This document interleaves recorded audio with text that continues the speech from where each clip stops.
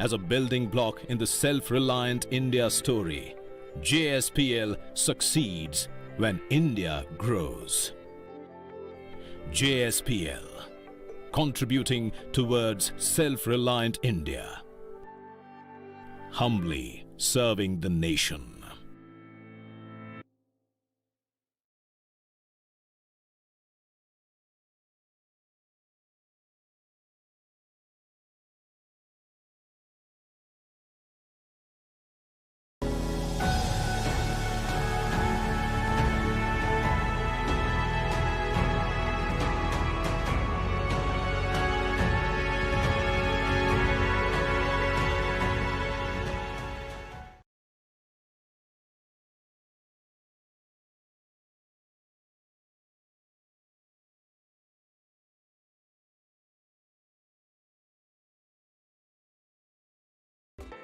As a building block in the self-reliant India story, JSPL succeeds when India grows.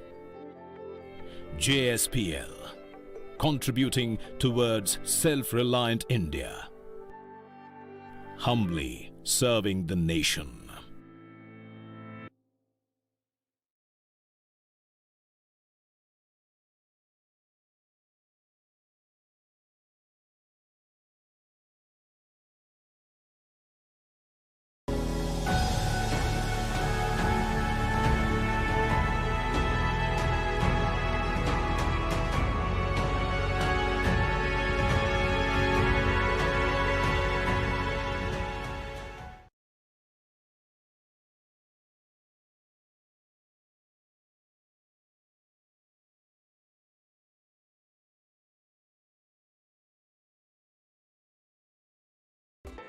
As a building block in the self-reliant India story, JSPL succeeds when India grows. JSPL, contributing towards self-reliant India, humbly serving the nation.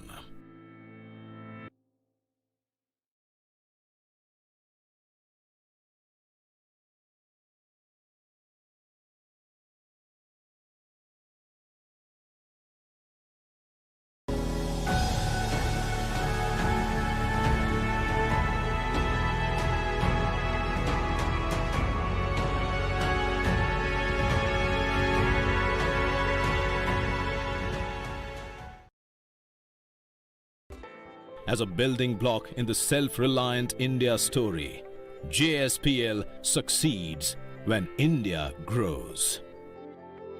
JSPL, contributing towards self-reliant India, humbly serving the nation.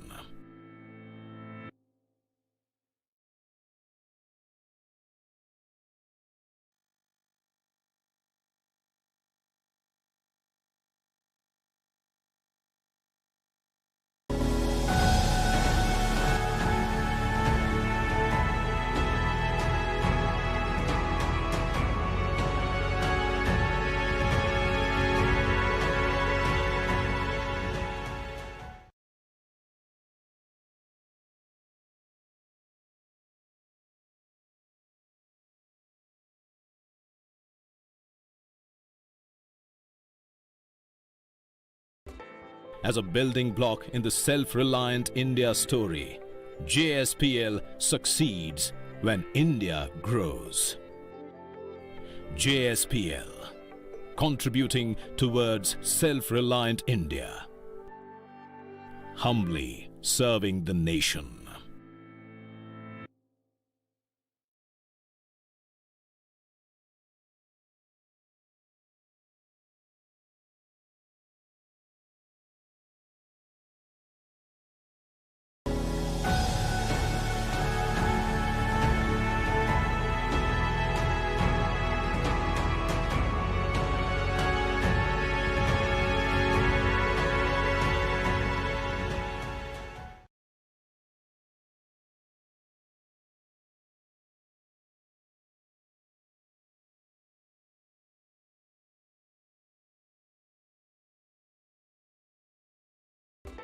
As a building block in the self-reliant India story, JSPL succeeds when India grows. JSPL, contributing towards self-reliant India, humbly serving the nation.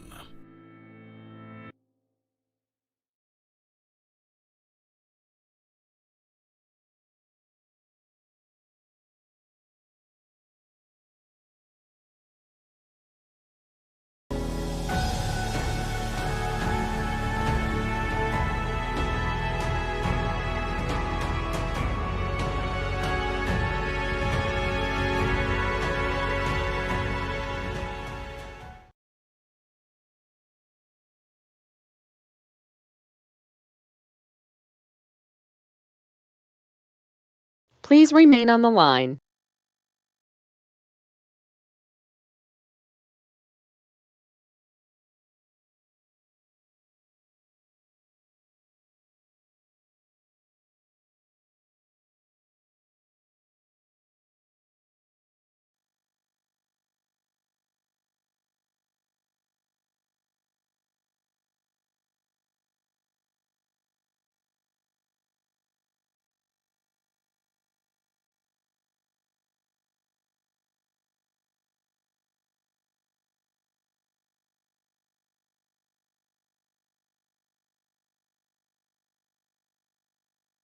The webinar will begin shortly. Please remain on the line.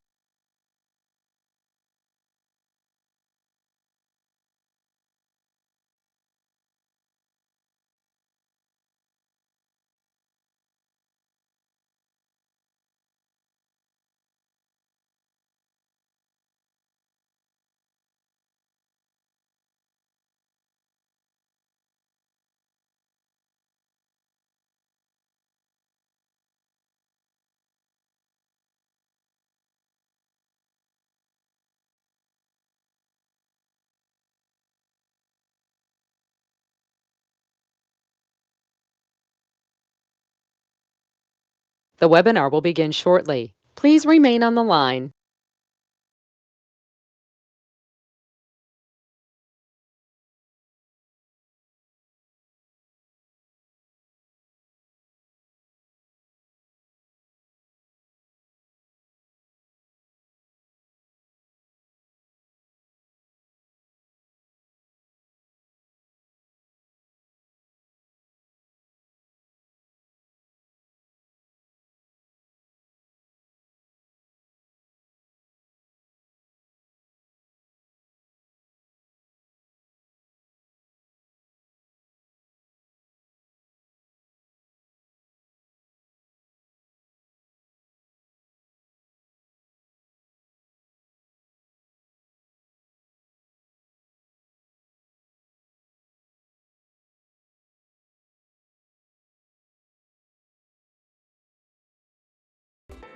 As a building block in the self-reliant India story, JSPL succeeds when India grows.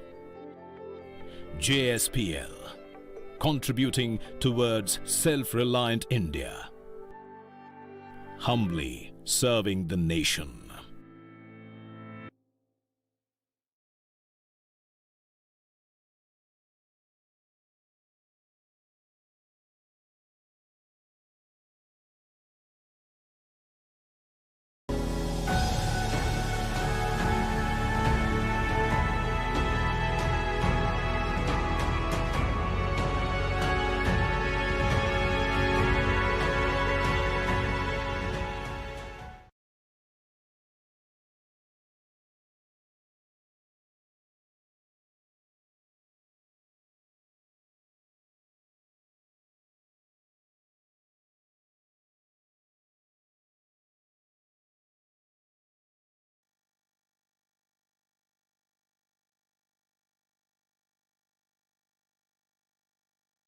The broadcast is now starting. All attendees are in listen-only mode.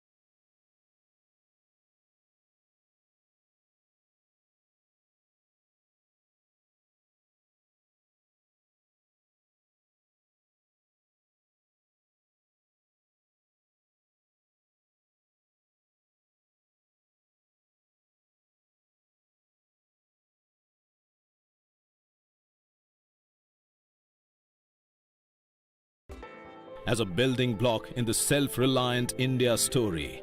JSPL succeeds when India grows. JSPL, contributing towards self-reliant India, humbly serving the nation.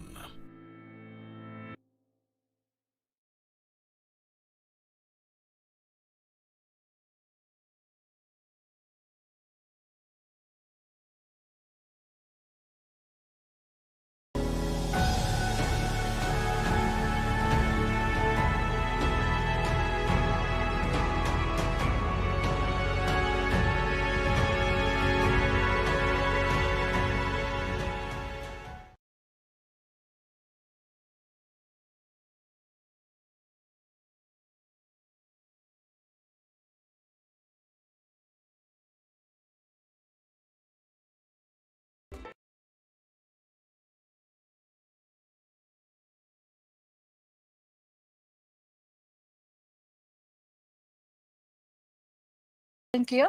Okay. Good afternoon, namaskar, hello and welcome everyone. Thank you for joining us for today's webinar. My name is Monica Bachchan. I'm a founder of Metalogic Projects Management Services. We call it a maximum women staff organization. Today on 23rd September 2021, we are presenting you a webinar on Green DRI, Fuel and Feed, sponsored by Janki Corp Limited and Jindal Steel and Power Limited. This is our 38th webinar during COVID-19 pandemic. I hope you have gained an insight from our last webinar on realigning FTAs for India, which was held on 9th September. The recording of that webinar is available on our YouTube channel. Do not miss to subscribe to youtube.com/Metalogic PMS. This program is currently live on youtube.com/Metalogic PMS. If the viewers are facing any difficulty through GoToWebinar, they can watch the program live on YouTube. Viewers, I'd like to make a mention that Metalogic in April 2021 launched a portal, mymetalogic.com. All the webinars, recordings, reports are available on mymetalogic.com. Please do not miss to subscribe at INR 500 rupees per month. Just a short housekeeping before we get started. If you have any questions during the panel discussion, please type them into the question box of GoToWebinar control panel. I'll bring them up during the panel, during the presentation, and we will also have time for questions at the end. Always mention your company name and organization which you are representing, and who would you like to address your question to. We will also be having few audience poll questions, which are always exciting, and audience waits for it. So watch the program very carefully and till the end because your vote matters. A little brief about the session. Indian steel industry is dependent on imported raw material like coking coal and natural gas to run its blast furnaces. The prices of both these steel making ingredients are not in the control of steel makers or the Indian government, and in today's context, mills stay away from both if possible. Climate change is another aspect which we all are aware of. Government is constantly urging the steel industry to cut its carbon emission and use renewable energy sources like hydrogen, but it is a solution for the entire steel industry today remains a question. So we come today to more realistic and environmentally friendly solution which could save the planet from burning coal and also try and increase the efficiency of our DRI plants. There are numerous ways, and some of the most important ones will be discussed in our forum today. A brief comparison with the conventional, traditional technologies will also be highlighted in the course of our deliberations. So this is going to be a panel discussion which will have three parts. First part will be for 20 minutes where we will be having a industry perspective, which will be presented by Mr. Parmjeet Singh, Additional Industrial Advisor, Technical Division of Ministry of Steel, Mr. V.R. Sharma, Managing Director, JSPL, Mr. Ravindranath, Executive Director, Vizag Asset, AMNS, India, and Mr. N.D. Rao, President, Pipeline Project, Amalgam Steel. The second part of the panel discussion, we will be having a little technical discussion for which we have Dr. Manish Kumar, Senior Principal Scientist and Head Coal Carbonization Research Group, CSIR, CIMFR. Then we have Dr. Saikat Chatterjee, Principal Consultant, NHOD, Energy Efficiency and Process Design at Dastur and Company. Mr. Dario, Pauluzzi, Senior Manager Sales, Danieli, Centro Metallic. And of course, I'm your moderator. And after the technical deliberations, we will be having an open house Q&A with the panelists. To start with, I would like to welcome Mr. Parmjeet Singh, Additional Industrial Advisor, Technical Division at Ministry of Steel, to please open the session, sir. I would like to welcome you. Requesting you to please unmute your mic, sir. Thank you, Monica.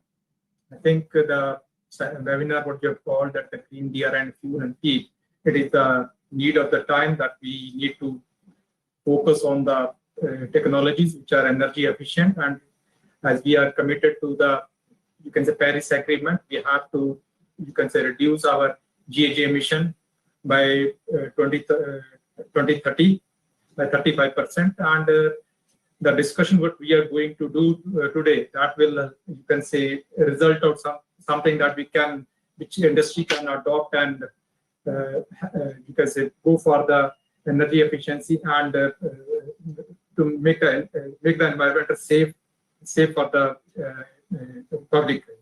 So for this, I wish all the best for the webinar. Thank you so much. Thank you so much. With this, we are starting our first part where we are going to have an industry discussion from the perspective of Mr. V.R. Sharma, Mr. N.D. Rao, and Mr. Ravindranath, along with Mr. Parmjeet Singh. I'm raising a first question to you, sir. So my first question is, what kind of support can government offer to the upcoming environment-friendly DRI units with coal gasification units or natural gas? We'll start this question from Mr. Parmjeet Singh. Then I would request Mr. V.R. Sharma to comment. After that, Mr. N.D. Rao, and then Mr. Nath. Sir. Monica, I think both the fuels are very, you can say, environment friendly. And you know that most of the DRI which is produced as on date is the coal-based DRI, which is highly, you can say, energy intensive as well as the emission intensive.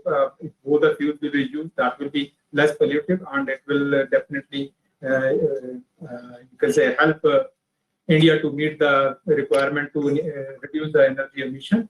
And the way, the question would be asked the government, how the government can support. I think regarding the coal gasification, it has already incentivized by the coal industry that what they have sent. If the industry will use the coal gasification, and 20% rebate on revenue sharing will be given up till 2030 for the 100 billion ton of the gasification of the coal. I think this is the one of the support is being given by the government. And if any other support is required, and time to time ministry will put up, because main concern is related to the coal and the natural gas. Natural gas is being looked at the Ministry of Petroleum and Natural Gas, and basically the cost of natural gas is quite, you can say, fluctuating. So major focus would be should be on the coal gasification. And whenever any, you can say, new requirement would be there, a ministry will be happy to present their case to the concerned ministry. That support, I think, the ministry can give to the industry. Right, sir. V.R. Sharma, sir, your view, sir. Yeah, thank you. Good afternoon, everyone. Namaskar, Sabiko. So it is a very hot topic today. What to do, how to reduce the cost of steel making, how to utilize Indian high-ash coal, and how to produce DRI. We, as you all know, that we have already demonstrated that DRI can be produced through syngas, and we are running it. As far as the support is concerned, we do not need any financial support from government. What we need availability of coal. We do not need mines, because mining itself is a big business now, big hassle also.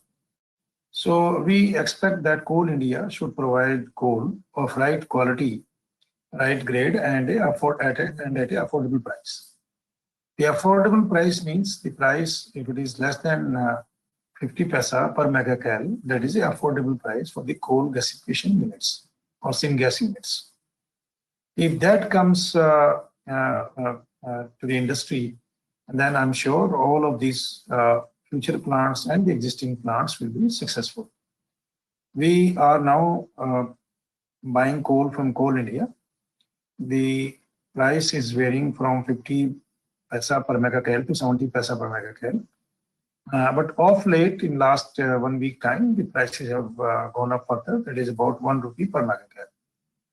So if it is 50 paisa per megacal, then we can generate syngas equivalent to natural gas in terms of MMBTU, and that will be $5 per MMBTU. And if somebody has their own mine, then the total cost is about 20 to 25 paisa per megacal. If that is the story, if somebody owns the mines and they put up the plant, like for example, Coal India, if they wish to put up the plant, then they can get gas, syngas in equivalent terms, that is less than $3 per MMBTU. So this is a very wonderful proposition. Government of India must try to utilize 350 billion ton of coal what we have in the country. And this is very environmental friendly business. And this is a direct replacement of coking coal. So we have to find out that whether countries should keep on bringing the coking coal in the country and burn through and process through coke ovens and then finally produce COG and then finally take it to the blast furnaces, or countries should use Indian Swadeshi coal, convert into syngas and syngas to DRI, syngas to petroleum products, syngas to plastic products, PVC, syngas to fertilizers, syngas to methanol, ethanol, and maybe syngas to high-speed diesel and benzene, as well as petrol. So these are the areas where country can work.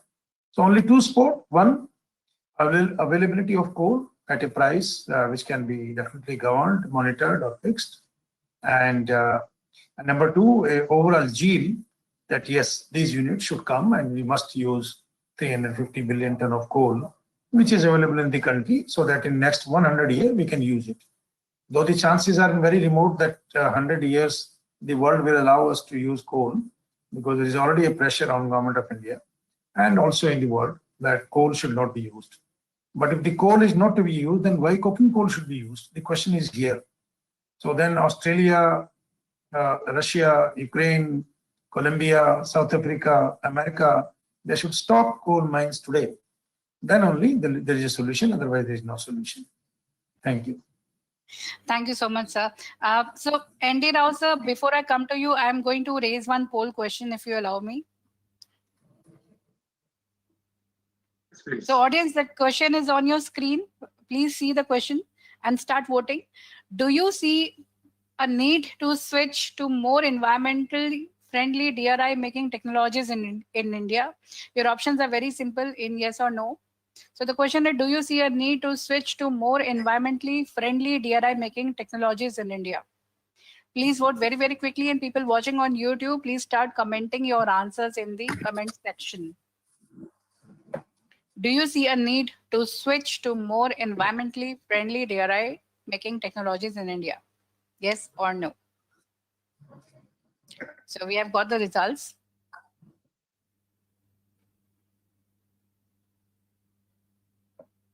Results on your screen. 98% of our audience feels that we need to switch to environmentally friendly DRI making technologies. 2% still feels no. So we will go with the majority, which says 98%. Results are loud and clear. So moving on to Mr. ND Rao. Sir, what sort of government support do you seek, sir? You are being a pellet person and Mr. Nath as well. So what government support do you seek? Yeah, everything depends on the policies from the government. God has blessed us all the resources. But sometimes there is a missing link from the policies, which forces us to go to different technologies. In the process, it is a loss to the industry, loss to the stakeholders, and loss to the environment. And in case of steel, we have all the resources available in the country. And for reasons only God knows that for the several decades, we have chosen a wrong technology. Number one is we are going for coking coal imports, where we have plenty of coal available, which can be through gasification, and it is a clean technology and cheaper. And we are blessed with those resources, but government policies are somehow not making it to that. So that's why we have landed to these imports of coking coal technology. And coming to that another one, even for the iron ore, we are blessed with iron ore, but unfortunately we have also blessed with very rich aluminum. That means the steel making technology for the agglomeration, what we have chosen and adopting for several decades, it is sintering, which is not at all suitable for the Indian iron ore. High alumina means low quality of sinter, high coal consumption, energy consumption, and it leads to a lot of slag generation. It is a wastage of energy, imported energy. The best technology for this sort of iron ore is pelletization, which gives it. And a lot of support is required from the government for this coal gasification, and producer gas can also be used in DRI making. From the discharge end, producer gas can be given, which directly saves around 15% of the energy. And if they use pellets, the 15% of energy can be saved. And today, even you install gasification plants, you struggle to get coal and the quality of the coal. And there are certain things which need to be given over and above. We are committed for reducing the greenhouse gases and carbon neutral. At least by 2050 or 2060, we will be going for carbon neutral, for which the incentivization of reduction in the greenhouse gases has to come up, and government should support this. Then only these measures will help us to reduce and go for environmental friendly processes. And also we need to know that it is not that all only mega steel plants can give the entire steel required for the nation of today. We are talking about 300 million tons. By 2060 or something, the country requires around 700 million tons of steel, which we have to produce. And you need small scale and medium scale also. And Right, DRI is the one sector which is in the medium scale sector. And a lot of investments have gone into that. And we need more participation from medium scale and small scale also, for which incentives are required. Government has to provide those incentives, encouraging this. We are 40% of the production of DRI in the world. And in India, we are around 36%. That means it is also not even though it's an younger brother, but not too small. So there is a significant contribution to the Indian steel industry. And with respect to the clean energy, yes, it all depends on the government policies only. Sharma sir has said that incentives may not be required. That's good for the big boys like JSPL. But think about the small kids. They require incentives and government support to sustain this DRI industry in this country, which is Desi technology, and for our own Indian resources blessed by the God. It is for us to convert it to use. Right, sir. Ravindranath, sir, your comment, please. Yeah, very good afternoon to all. On the question which you have posed, environmental friendly technology, and 98% said it is yes required. And unfortunately, there is not much of gas-based DRI plants come up after 1994 or 1995. It is whatever we are producing. We are the highest DRI producers in the world. More than 35, 36 million tons we are producing. Most of them are coming from the coal base, not from the gas base. Gas base is hardly about 9 or 10 million tons. So now our effort is to come up with more and more gas-based DRI plants. For that, the main hurdle is the availability of the natural gas. And for the coal gasification run, like what Jindal is doing, the coal gasification, the issue is with the coal. availability of the coal and more so the quality of the coal.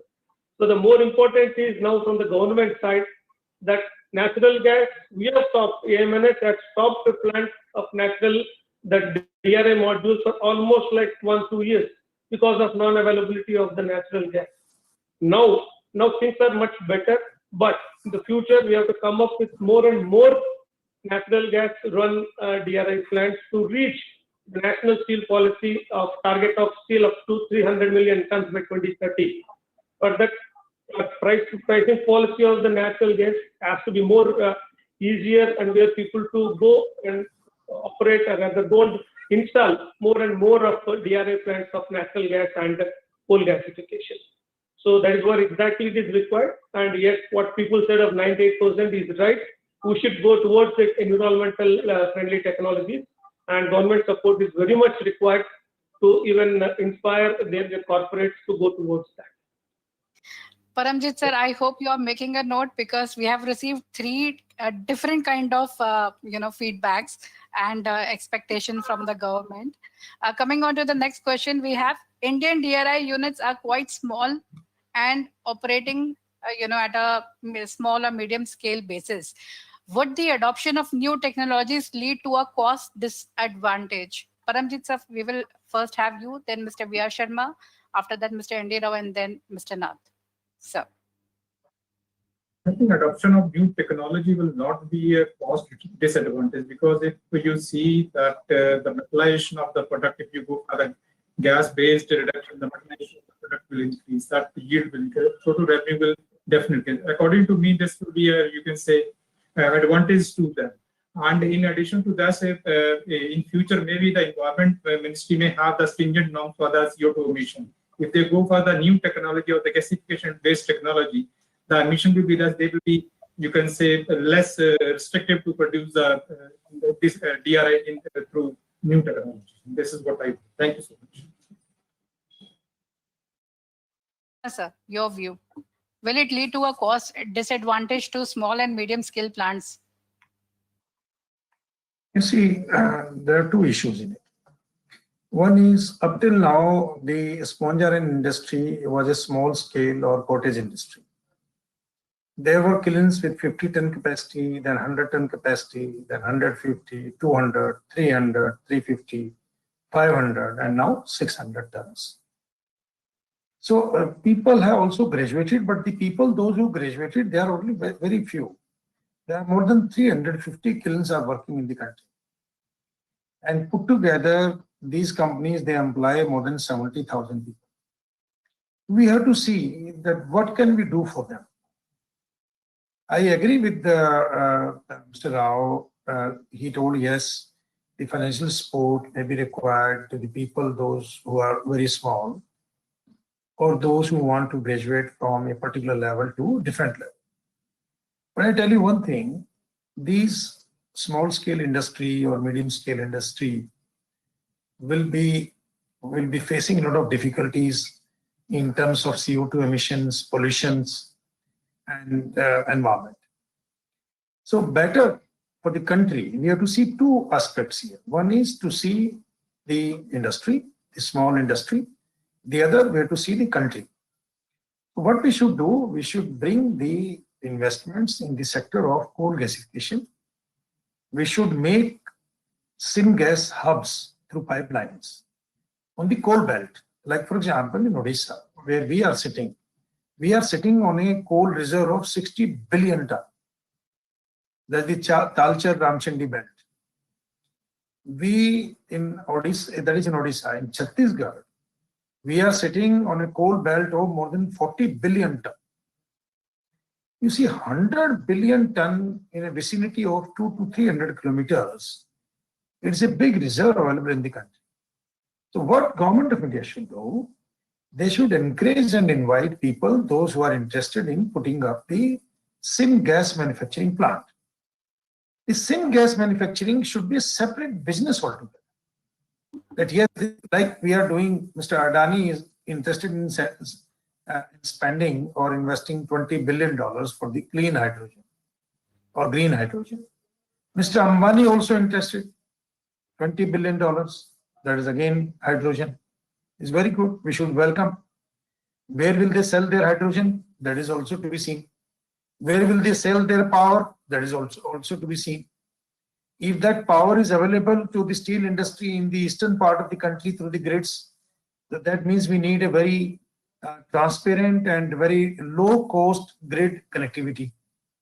So that from western part of the country to the eastern part where most of the steel mills are, we can provide the electricity to the electric arc furnace, which will be a green energy. But how to prepare the substrate or the charge mix? Sir, do you mean you're saying that we need to build that sort of infrastructure for syngas and coal gas so that it can give a cost advantage to small and medium scale plants, or yes, yeah, yes. Coming on to the infrastructure. Yeah, I'm coming on the same point. I'm coming on the same point. What I mean to say that there'll be two way of traffic. One is like most of the steel mills are in the eastern part of country, and it is better to have them there only. There is no point putting a steel mill tomorrow in Srinagar or in Kanyakumari. So we have to have steel mill where the raw material is there. And that is the eastern belt of the country. And this is the reason Ministry of Steel took the target in the January 2019 and 2020 when they declared that Purvodaya is our mantra. So Purvodaya means eastern sector of the country. So what should we do? What is the suggestion? Suggestion here is that we should invest into coal gasification with a most environmental friendly technology, whether it is underground gasification or coal bed methane, or it is above the ground gasification like JSPL is doing. And then the gas should be available through pipelines. Then we should make the industry hubs, the sponge iron manufacturers hubs. So those hubs will be in a 50 to 70 kilometers of area where we will supply the gas to them through pipeline. Because natural gas is a mirage. Today, natural gas, yesterday I was seeing, I also shared with many of the people, that today natural gas is not available. $12, $14, $15, $18, and $20 per MMBTU is the natural gas. UK had to start their own power plants again, thermal power plants. France is advocating the nuclear power plant once again. German people are paying 40 rupees per unit electricity cost, how the steel mills or the electric arc furnaces will work.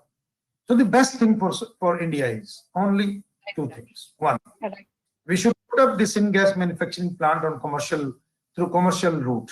Number one. Number two, we should allow the western part of the country to transport electricity free.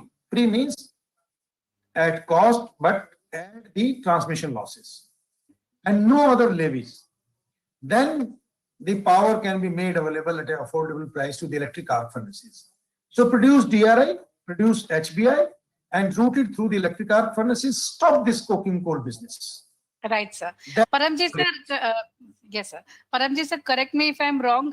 2 years back, when we had Pradhan sir as our steel minister, that time there was a project which was announced of 10,000 crore of building a pipeline, gas pipeline at the eastern sector for import of gas, I think. Sir, could you please give us little detail, as in very quick way? As in, what was that project? Was it related to this only? Anika, I don't have much idea about that, so I won't be able to comment on that, to be very frank. Because that was basically the project of Ministry of Petroleum and Natural Gas. So I won't be able to comment on that. No issues. Going ahead to Mr. N.D. Rao. Rao, sir, what is your view on new technologies leading to cost disadvantage to small and medium scale plants, sir? Sir, your mic is on mute. Sorry. There are two parts to this. One is existing plants and other one is upcoming plants. For the existing plants which are already in operation, say 50 TPD kiln, 100 TPD kiln, up to 200 TPD kiln, they need certain incentivization for carbon reduction, greenhouse gases reduction. And even if you come with a regulation, say that, no, you have to reduce it But that time the permissions were given for certain emission norms and certain standards. And suddenly you change and come, you do it. That's difficult for the industries to survive that. So that's one. And second thing is the government policies should come with incentivization of reduction in the greenhouse gases. Today, certainly there are a lot of greenhouse gases are generated. There is huge scope and opportunity for carbon the reduction of energy in DRI making. And the larger the size of the kiln, the higher the efficiency of the energy. So far in the smaller kilns, it is only 37% only energy efficiency, rest all being wasted energy and leading into the emissions.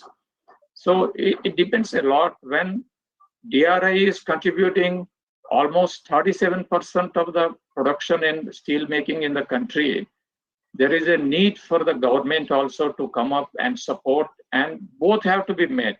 How to continue its operations and also how to reduce the emissions. It is possible for larger capacity of kilns, but a small capacity of kilns, hand-holding is required from the government.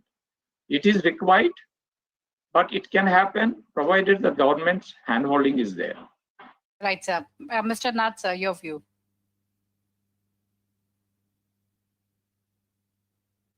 See, the sponge-iron units are mostly merchant in nature. And as Sharma sir told, as I have 300 small scale units are there, and the two at 5 clusters in India, and all are operating less than 500 tons per day range of production. Now, all these things, they will go with the available technology. They don't spend much on the R&D or in the upgradation of the technology and all. This is the area where government should come up with some guidelines to be given or support these people to change out the new technologies. See, new technologies will be successful only when there is a cost advantage. In the current scenario, the hydrogen, that is one, is coming up very fast, definitely by 2025. Something will going to happen, but unfortunately, the cost as of now is very high with that. So now this is where actually the government should support these new technologies and also give some incentives on all. That's good. National hydrogen mission, which was initiated by Prime Minister of India on 15th August 2021, that definitely will give some guidance, and also they will come up with the new policy guidelines and all. With that, people will go towards that, changing over to the hydrogen-based operating plants. So that will definitely help in future all these people to slowly change out the new technologies, and it is going to be very cost advantageous. So that's what my view on this. I think the collective view coming out is, we have to, if we have to go a gas-based economy, then we need to have an infrastructure in place for that. Coming on to the next question, we will be discussing on future markets for Indian DRI, domestic and exports. Currently, we all know that eastern sector and many sponge iron plants are facing a huge problem with regards to raw material shortage. So how do we see the Indian DRI market in domestic and export coming in, near future? We will have Parmjeet sir, you like to comment on this, or shall we pass this question? Because I know you are a technical person. Monica, as you know that according to the NSP, that Yes, it is emphasized that by 2030 we are going to have a capacity of 300 million ton, and it is you can say written that around 35 to 45% of will be produced through the electric arc furnace. And the major input, if you see that in the electric route, is your scrap or the DRI. The availability of scrap is very limited, so the industry has to depend on the DRI. So demand is going to increase. That means the domestic future for the DRI industry is very good, I think. Okay. And Sharma sir, your comments on future of demand, for the Indian DRI, domestic and exports. Yeah, demand is going to be good. As I told earlier also that at least for next couple of years, the demand of steel, DRI, any other raw materials iron ore is going to stay. The pellet plants they will have to produce more and more pellets. We have to put up more and more pellet plants. We have to do the iron ore beneficiation. The savior for our nation is these two minerals, how to convert low-grade iron ore fines into high-grade pellets, and how to use high-ash coal to produce DRI through gasification. Technology is established. The data technology, everything is available. Now, how to invest this much of money? So to invest this much of money, this is where we need support from Government of India. Coal India, they are producing coal. ONGC is producing gas. So why not ONGC and Coal India together put up the gasification units? Because when you want to give coal to somebody at a low price, then there are so many questions. Why you are giving to this industry coal at a low price? Okay, don't give.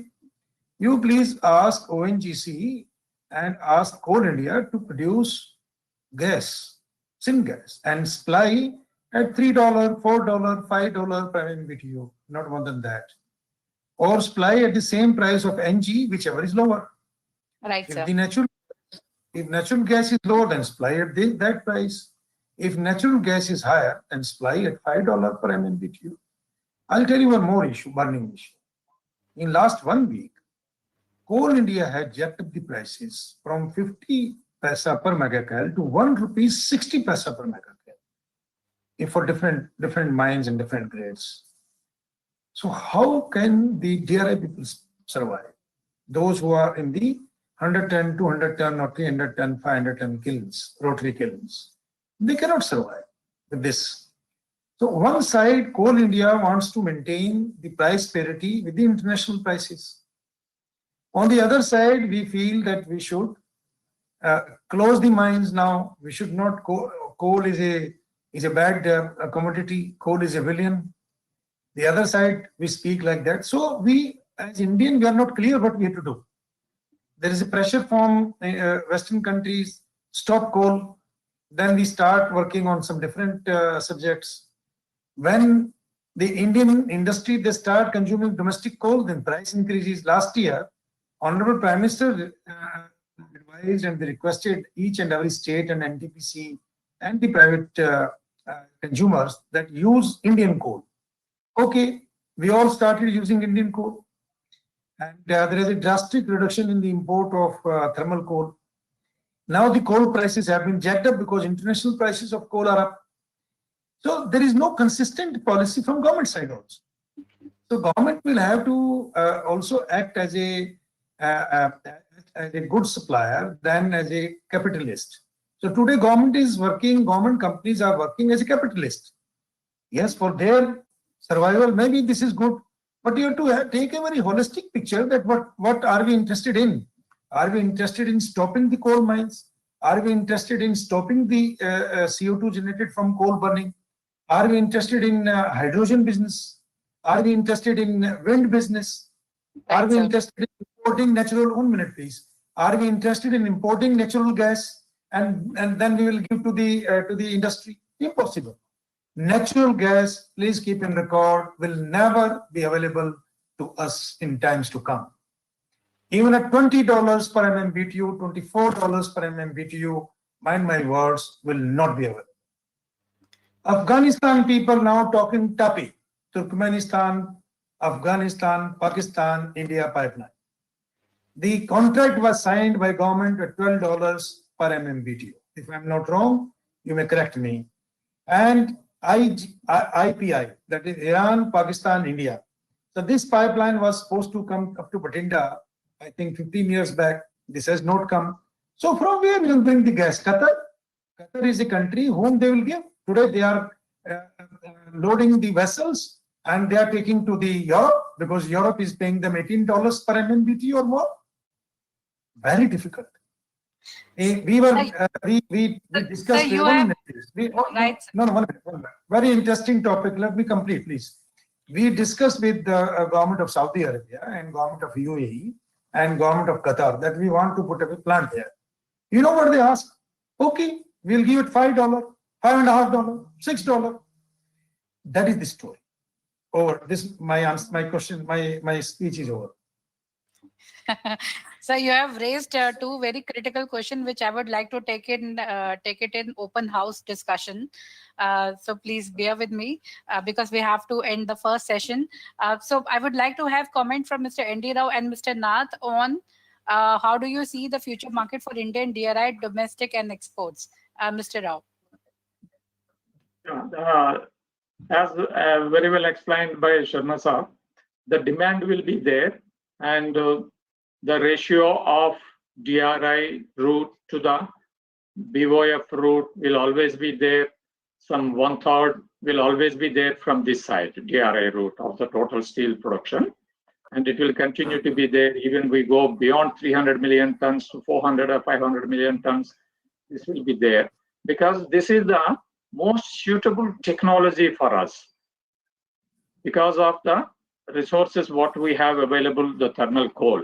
It will continue to be there and demand will be there. Only thing, it will continue to grow further provided the hand holding from the government is there. Right, sir. Mr. Nath.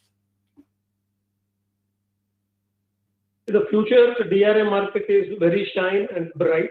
So now current level of about 47 million tons capacity which is there is going to go to, as I have, 100 million tons by 2030, which is in line to again by 300 million tons of national steel policy. But unfortunately, all the DRI plants require either coal or the natural gas. In the today's context, both are not available. And once a natural gas, just now Mr. Sharma ji has told, it's not going to be available. Then what is the option? So people are trying to go towards the blast furnace route. And blast furnace routes, again, the CO2 emissions are high. One side we are talking about the environmental friendly, and one side we are going to the technology which is not very much environmentally good. So, and second thing, the coal. Today we are producing about 730 million tons of coal, the world's largest, second largest. At the same time, we are importing coal also to meet our requirements. Out of that, 65% of that is only for the power plants, and hardly 7% is available for the steel markets.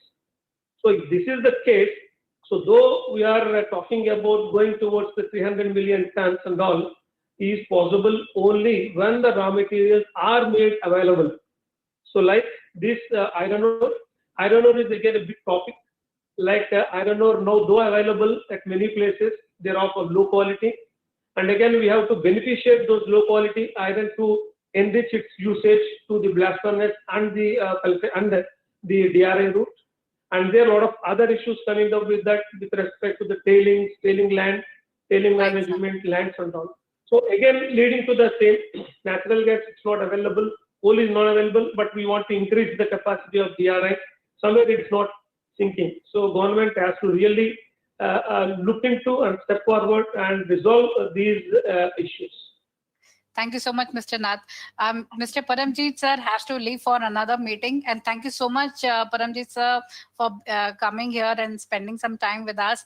I hope you have taken all the good suggestions from Mr. V.R. Sharma, Mr. Rao, and Mr. Rath from Mr. Nath. Thank you very much. Thank you very much. Thank you to all of you. Bye. Thank you, sir. Thank you, Parmjeet sir. So we will continue our discussion. The last question of this part is what I would like to know from Mr. Sharma, Mr. Rao, and Mr. Nath is cost, technology, know-how, skilled manpower, raw material, land. Where is the industry lacking to adopt new technology really? As in, what do you think? What is the main area? Is it the cost, or is it a technology know-how, or you think it is skilled manpower or raw material or land? What is the main reason where it is lacking, Mr. Sharma? You see, technology is available at a cost. There is no problem. But now I'm talking on gasification. So there are three major technologies in the world which are workable. We have one of them. There are two others, and the other. In fact, all three are there in the country.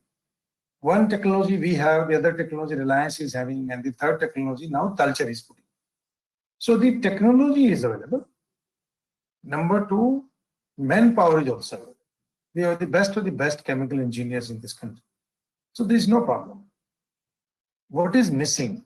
Missing is that on what base people will put up a gasification plant. That is most important. So the base in the year 2010, Government of India made a base: coal to gas, coal to liquid, coal to fertilizer, CTL, CTF, and CTG and CTDRI. So these are the written policies of Government of India. On the basis of that, the Government of India has allocated mines. We also got some mines, Utkal B. Tata Steel also got mines, that is Ramchandi. They wanted to put up a CTL, coal to liquid plant.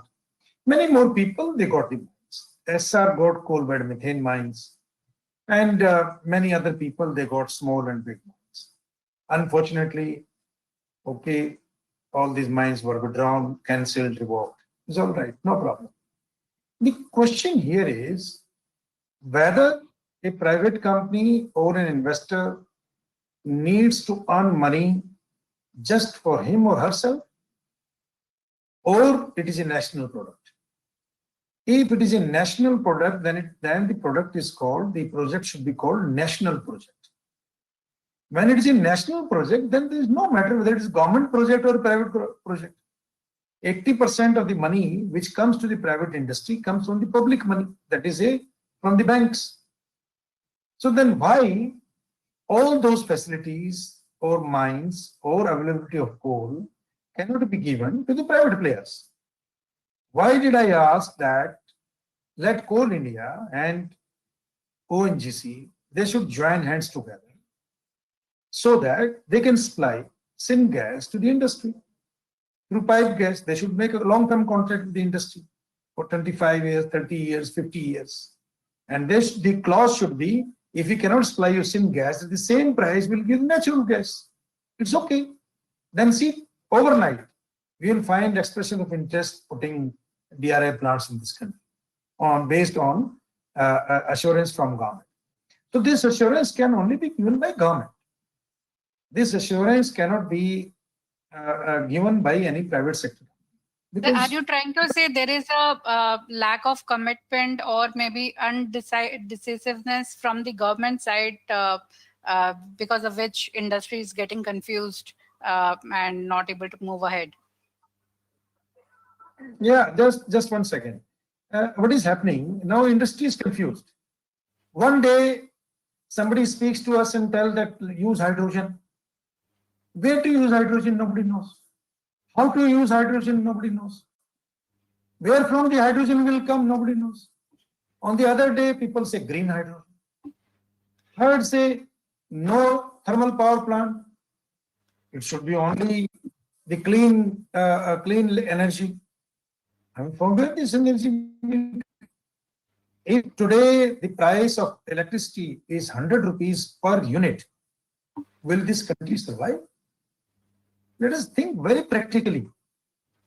As the saturation point of Earth and the universe has come in terms of CO2 emission, what all of a sudden in 2 years' time has happened to the world, that we have started working on hydrogen, on clean energy. I'm not against it, but I'm telling,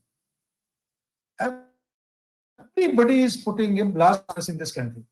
We are putting new blast furnace. JSW is putting new blast furnace. Tata Steel is putting India's largest blast furnace. ArcelorMittal is coming into India. They are putting the blast furnace. That means more and more coal will be imported. So one side we are saying coal is not friendly. The world is, there are double standards. Sorry, I'm using more time. Double standards in the world. One side people say, the developed world says that coal is a bad product. Then why Australia does not stop coal mines today? They should stop today. They are not obliged to supply to the whole world the coking coal. Why Russia does not stop the coking coal mines? Why South Africa does not stop the coking coal mines? Why Ukrainian people don't stop the PCI coal mines? And why America does not stop the coking coal mines? You stop today, tomorrow all the blast furnaces will be closed. Matter of hours. But they can't do that. Because that is a money they are earning from. $400 from the stones lying under the ground. Right. Coal is a stone, black stone. They are getting $400 from the earth, Mother Earth. मिट्टी से सोना बन रहा है $400, $400 per ton. Ridiculous. $230 iron ore. Ridiculous. Who is paying the price? The world is paying the price, and we all are discussing in this webinar how to change the world. We can't change the world. First of all, we have to understand what we want to do and when we want to. Absolutely. God has given us enough thermal coal. God has given us enough iron ore. Only two solutions in my mind. One, we have to produce pellets from poor grade to beneficiation, and then finally the pellet plant. The first beneficiation, large-scale beneficiation plant, the father of that plant is sitting in this room, in this your webinar, Mr. Andy Rao. He did it. The first pellet plant based on the beneficiated iron ore was done by Mr. Andy Rao. The first plant producing DRI from syngas, JSPL has done. So we all have all that technology. There is no mismatch in terms of technology. We can understand. Indians are quite fast. We can understand the technology, and it is nothing. When we can understand the rocket science, ISRO has understood the rocket science better than many of the countries. Right, this making and producing syngas is a child's game. Right, sir. So this is what I wanted to tell you. So thank you so much, Mr. V.R. Sharma. Now moving on to Mr. N.D. Rao and then Mr. Nath. So what do you think where the industry is lacking to adopt new technology, Mr. Rao? Sir, your mic is on mute. Please unmute yourself. Here only one constraint. The buck stops here is the right quality, quantity, price, availability of the coal to the small and medium scale sector, and even to the large scale sector also. That is one constraint which is stopping. And we have to be a coal-based industry, no doubt about that. It will continue to be. And this has to be made available to the all users. Today, everybody struggles to get it. We have high ash coal, but that washeries can be set up and converted into low ash coal. And you have a technology for middlings used in the power. Technology is available. Investors are there. But the only stoppage is that availability of that coal from Coal India or its subsidiaries. That is a big problem there. Right, If Mr. Rao. that is addressed, Yes. then the rest, all what you have said, land and all the other raw materials, those are not such a serious concern. And the larger picture is we are married to coal. We have to live with coal because that is available to us in our workplaces. Wherever we have invested, that is available. We are married. We can't take separation. We have to live with this as suggested by Sharma sir, and convert into gas and take it forward. Reduce the ash through washeries and beneficiation. Thank you, Mr. Rao. Mr. Nath. Yeah, technology is available, and manpower, India has got the best manpower. Very quickly, they can adopt to the new technologies. And the raw material is the one where we are getting stuck with. Raw material is there.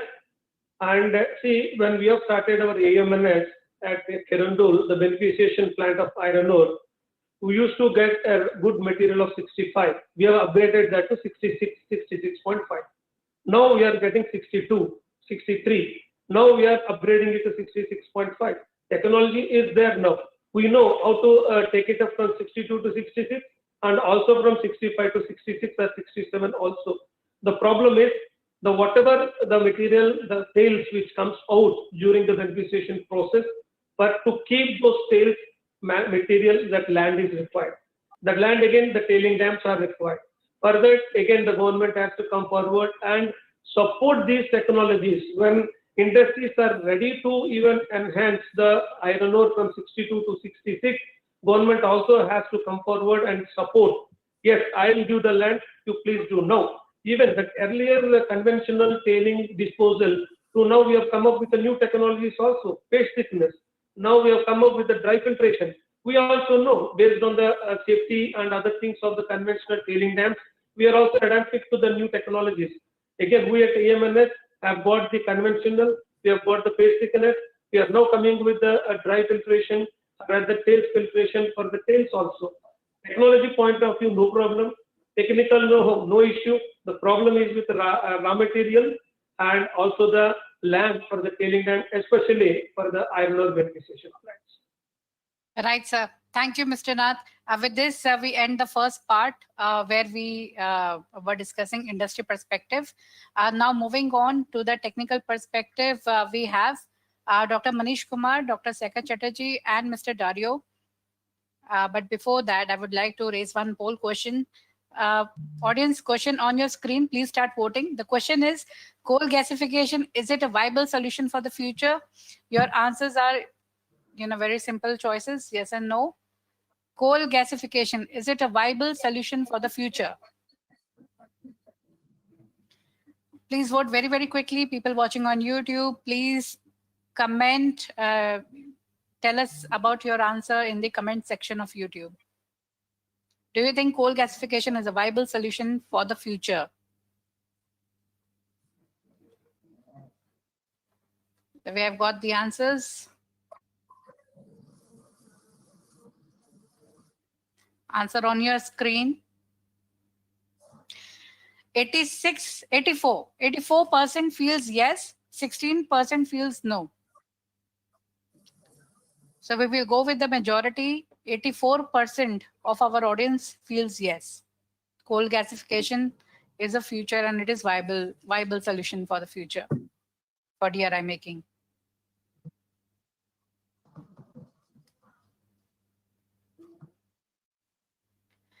Now I would like to request Dr. Manish, Dr. Saikat, and Mr. Dario to unmute yourself. I'm raising the first question to them.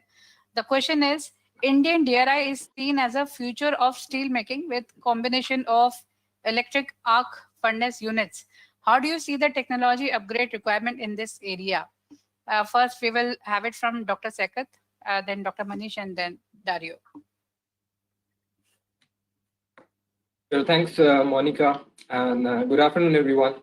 To answer the question, I think in terms of technology and operation, coal-based DR kilns are quite inefficient compared to gas-based DR plants. Firstly, the inability of hot charging of DRI in case of coal-based DR plants leads to a very high power consumption in the downstream steelmaking step. Secondly, due to the high ash content of Indian coal, a large quantity of flux needs to be used, and that leads to formation of accretions within the kilns. So the kiln operations need to be halted at regular intervals, and it makes the whole process inefficient. Moreover, frequent shutdowns and startups leads to lower throughput as well as refractory wear. The coal-based route also generates much higher greenhouse gases as well as SOx and other waste products like char. On the other hand, if you talk about gas-based DRI production, it is much more efficient due to the technical advantages, such as the reutilization of the process gas and ability to facilitate hot charging of DRI into the electric arc furnaces. However, gas-based processes also face two major challenges, and that I think includes scalability, and second is availability of gas. While the gas-based DR units have a capacity of around 1.5 to 2 million tons per annum, generally speaking, the blast furnaces can be of much higher or larger sizes, having capacities can reach up to capacities of 4 to 5 million tons per annum. So one would need to install a large number of DR units to scale up the production capacity, which increases the capex, opex, as well as the land area footprint.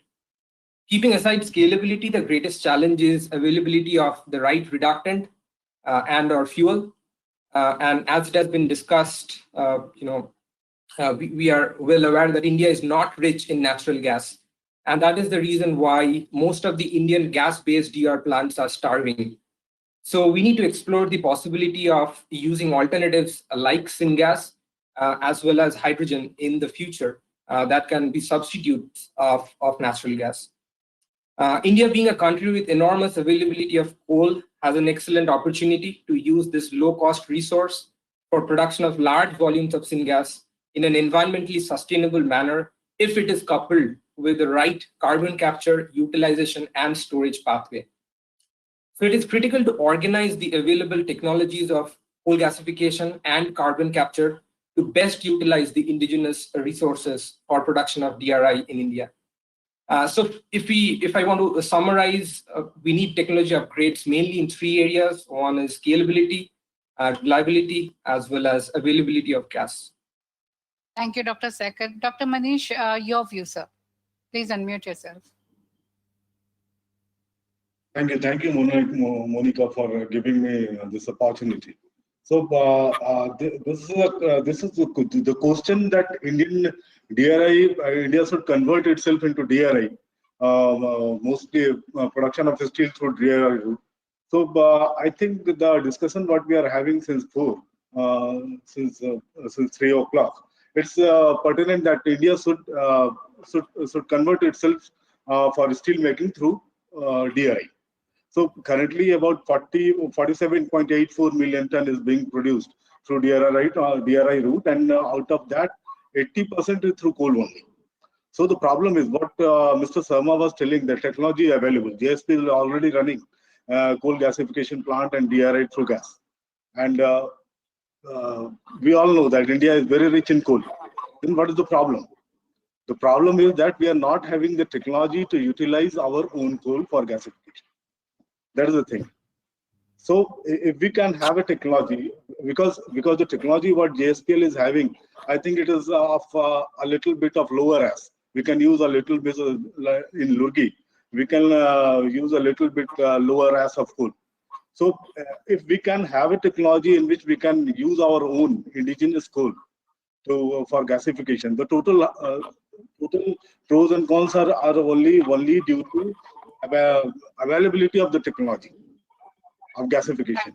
So the government should help industry and private sector or public sector to develop the technology for coal gasification, so that it can be used for DRI.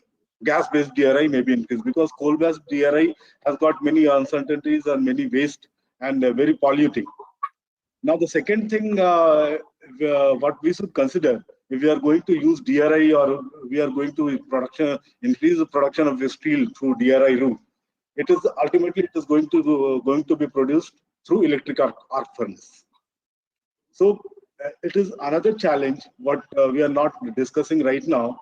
In electric arc furnace, we will be needing graphite electrodes, and the needle coke, which is the raw material for making graphite electrodes, is being imported. More than 80 to 90% needle coke is being imported in India for making graphite electrodes. So we have to think of that also. When we want to increase our productivity of steel through DRI route, then we have to think over the availability of graphite electrode, because about 1.7 kg of graphite electrode is required per ton of hot metal production. And you know that China is having China is the most is producing maximum graphite electrodes, about 900 million tons, and after that this Japan. So we have to make self-sustainable. If you are going to use DRI, steel production through DRI, we have to be self-sustainable. Right, Thank Dr. you. Manish. Coming on to Dario, what do you think, Dario? Your mic is on mute, Dario.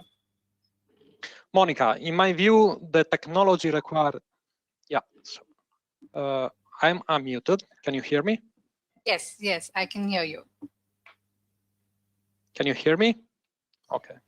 So, Monica, in my view, the technology required to support the future of the Indian steelmaker shall be flexible, efficient in the use of energy and other raw materials, and shall be also environmental sustainable. Danieli and Tenova developed the Energiron direct reduction technology, keeping in mind all these 3 pillars. So basically, the Energiron technology can use a wide variety of iron oxides. It can use not only natural gas, but any reducing gas rich in hydrogen, such as syngas from any of the coal gasification technologies available today, also coke oven gas and hydrogen, and has the capability to selectively remove and capture up to 60% of the CO2 which is produced within the direct reduction of iron oxides. So all these features, I believe, that fully respond to the requirements of the future Indian steelmaking industry. Right. And of course, as said by my colleagues, this technology is fitted to be coupled with steelmaking technologies downstream. And so we have also internal patents to maximize the energy of the DRI and to recover it in the downstream steelmaking phase. Right, Dario. So moving on to the next question we have for Dr. Saikat, Dario, and Dr. Manish. What do you think the advantages of coal gasification? What are the advantages? Though our industry experts have also shared, but you can maybe share some of the unique points from the technical perspective, the advantages of coal gasification and usage of byproducts. So we will start with Dr. Saikat, then Dr. Manish, and then Dario. Yeah, so I think the first and foremost advantage of using coal gasification in a country like India is attainment of energy security and reduce the dependence on imports. Then obviously comes utilization of the high ash indigenous coal. During gasification, chemical reactions take place at very high temperatures and pressures to generate syngas, which is consisting primarily of carbon monoxide and hydrogen. Flexible control over the hydrogen to CO ratio in the syngas is achieved through the water gas shift reactions, which can enable production of various kinds of downstream products, which include DRI, chemicals, urea, fertilizers such as urea and so on. Additionally, the acidic components like carbon dioxide and sulfur are inherently removed in the process because of the acid gas removal unit, which is already present in the gasifiers.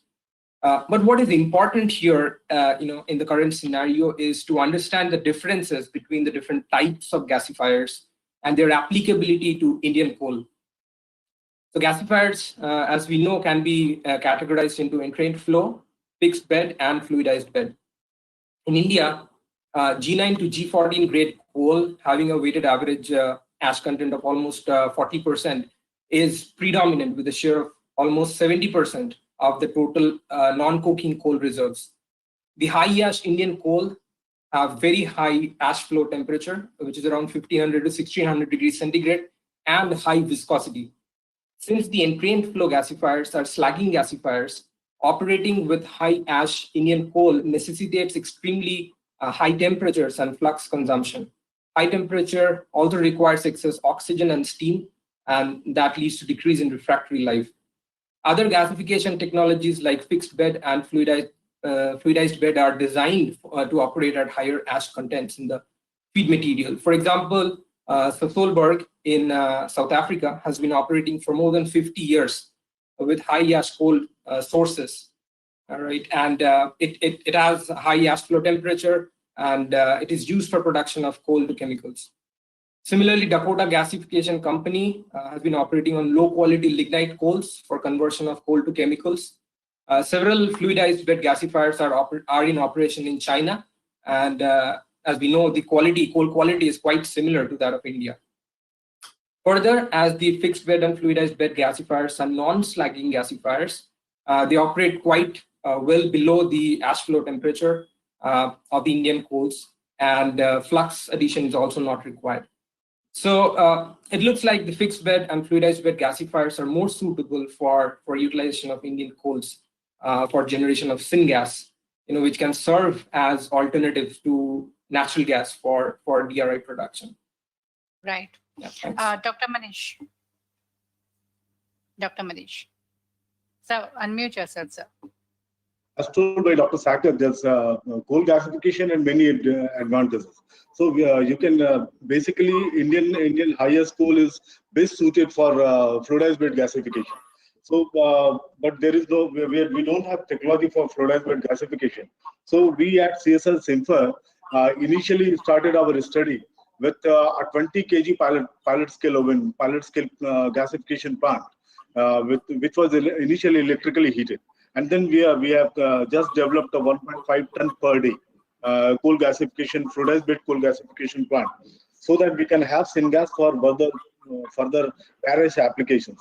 So this particular syngas produced from this gasifier may be enriched in hydrogen by following many other routes, and which can be used in DRI and other chemicals coming out of the gasification. Maybe we can use for further chemical processes or other chemical development. And one more thing, the tar coming out of this gasifier, it may be used for production of graphite electrodes. Recently, normally what we are importing, the needle coke what we are importing, is being produced from this pit coke. So we can have in-house coal tar coming out of the gasifier, which can be converted into needle coke and further can be converted to graphite electrode.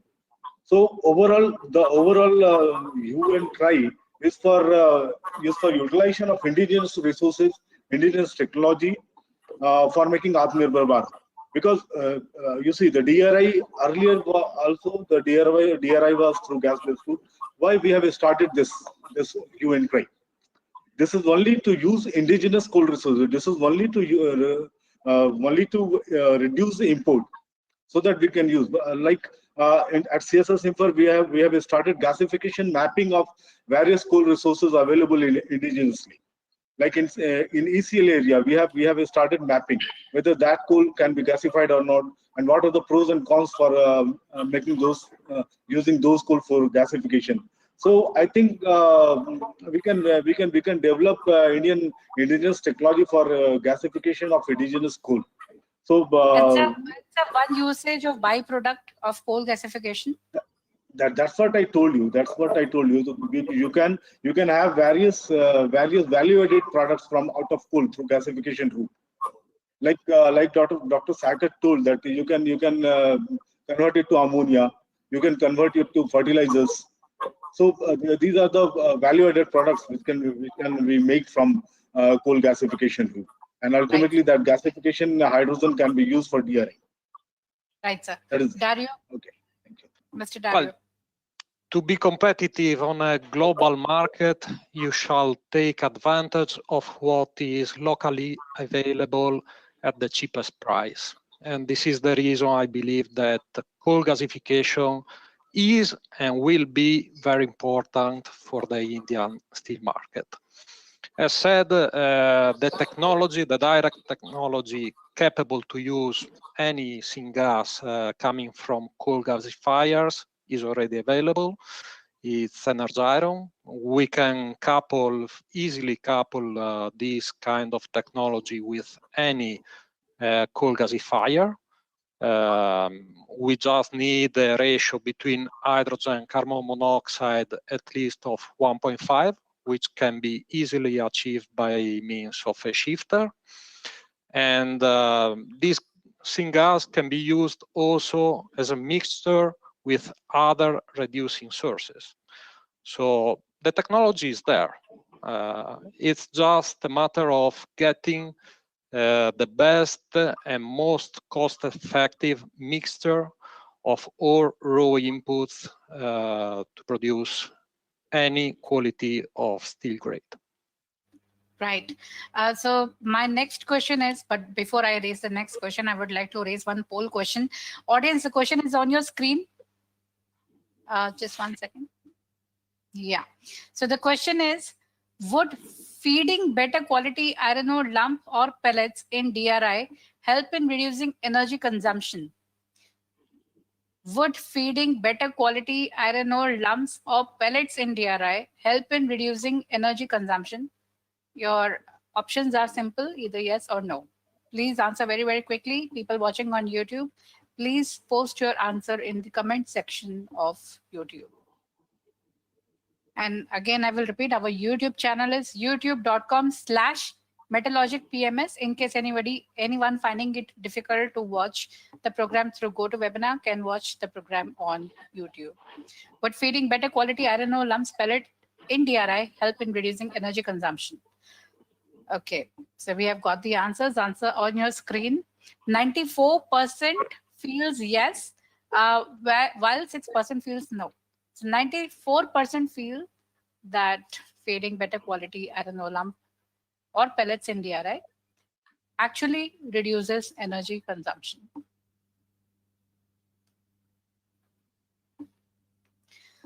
So my third question, apart from syngas or coal gas, we also have coke ovens and pet coke. How would you describe or differentiate the technologies for steel making? A comparison, I want a comparison of cost versus yield. We'll start from Dr. Saikat and then Dr. Manish and Dario. Yeah, sure. I think I'll talk more on the qualitative side over here. Okay. You know, so if the unwanted components like BTX star and others are removed from the coke oven gas, it could be a potential substitute of natural gas due to its high hydrogen content. In coke oven gas, generally we find about 60% of hydrogen. However, we need to substitute for the coke oven gas. We need to find a substitute for coke oven gas where it was used originally. Petcoke gasification, on the other hand, is something that has been practiced by Reliance Jamnagar facility for a long time, and they have been using petcoke for production of multiple chemicals. In fact, we have recently worked on a feasibility study for utilization of petcoke, which is obtained from BPCL's Kochi refinery. The idea was to utilize petcoke through petcoke gasification in an entrained flow gasifier along with carbon capture. The syngas that is utilized, syngas that is generated can be utilized for production of power, hydrogen, and various kinds of value-added chemicals. However, I think the problem is that there is no surplus petcoke in India. All the refinery generated petcoke is used up as a fuel in the cement kilns or power plants. And importing it from outside may be possible, but that is a totally different ballgame, and I think it needs to be looked into in further details. Right. Dr. Manish. So utilization of petcoke for steel making is another. We are just getting a second route of importing. So we don't have much of petcoke. So we should concentrate on gasification or some other technology in which we can reduce the coking coal imports. So we can convert our coke oven batteries to most of the batteries, as Mr. Rao must be knowing, the stamp charging technology, so that we can increase the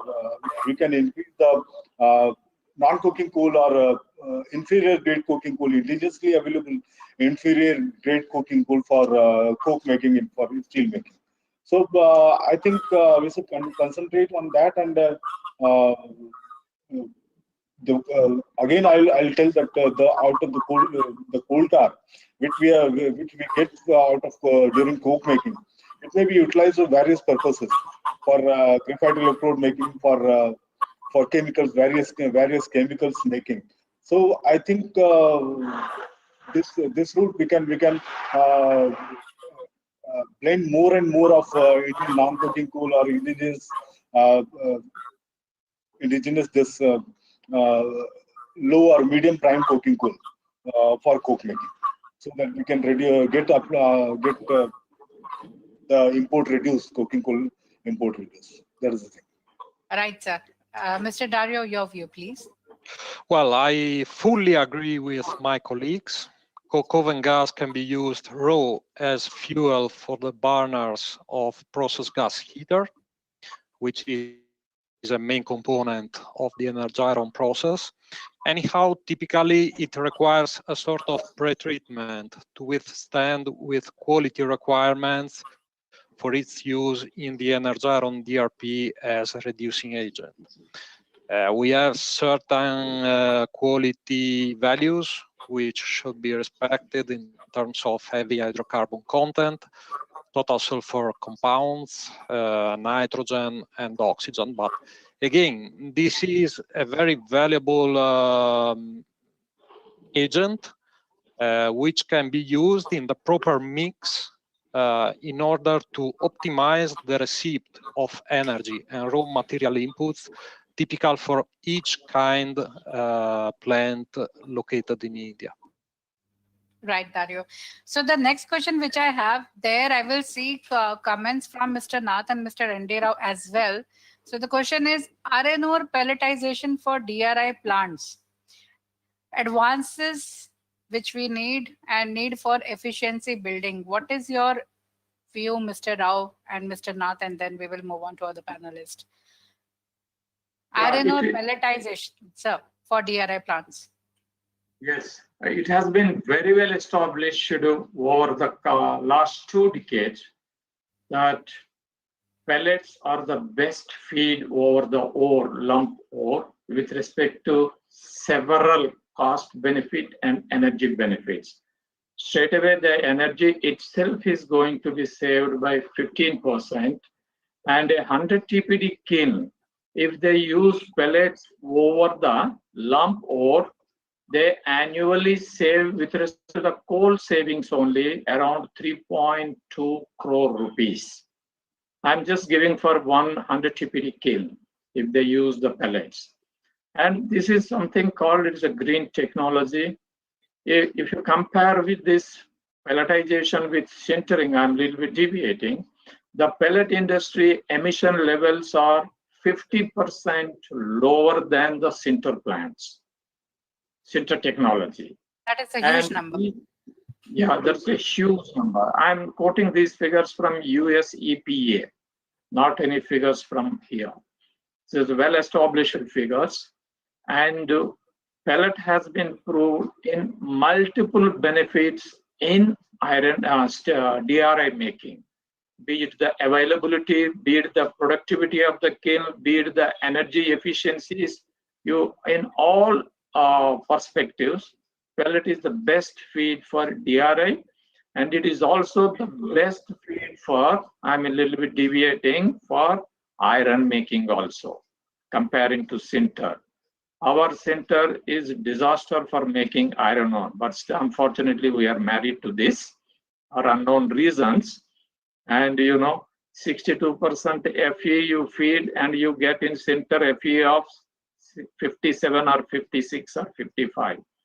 Whereas you give 63% Fe in pellet, you will get a Fe in pellet of 63.5 or at least 63.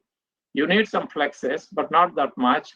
Producing 500 kg of slag per ton of hot metal, who are using 80% sinter and 20% lump, comparing to those who are using 100% pellet, they are producing 165 kgs.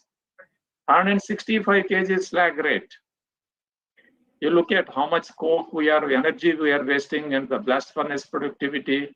It is well established. It is a green feed to green agglomerate rather, whether it is DRI or it is blast furnace.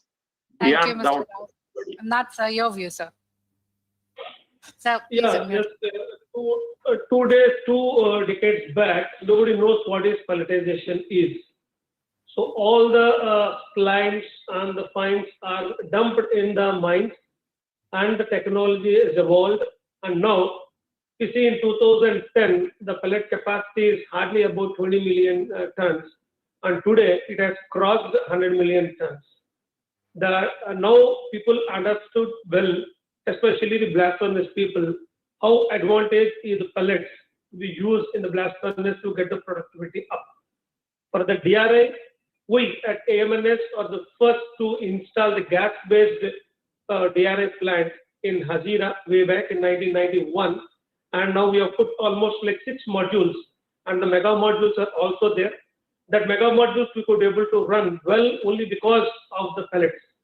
The pellets of its nature, spherical in nature, and the quality of the pellets will really help a good permeability in the furnace and increase the capacity, and it is very energy efficient.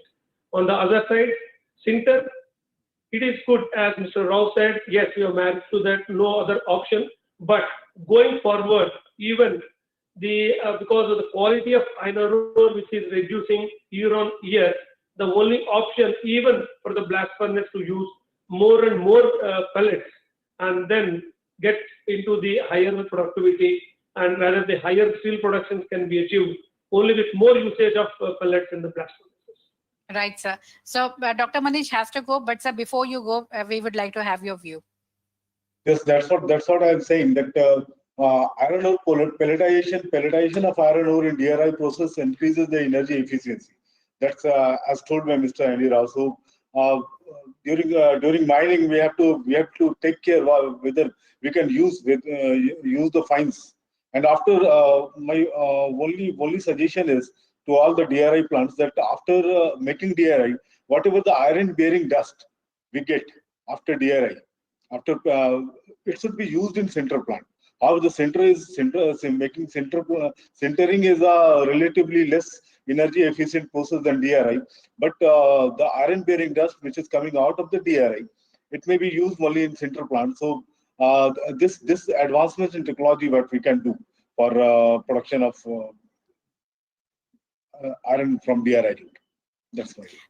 Right, sir. So I think you have covered the next question, which was I about to ask you technologies for waste treatment from DRI plant.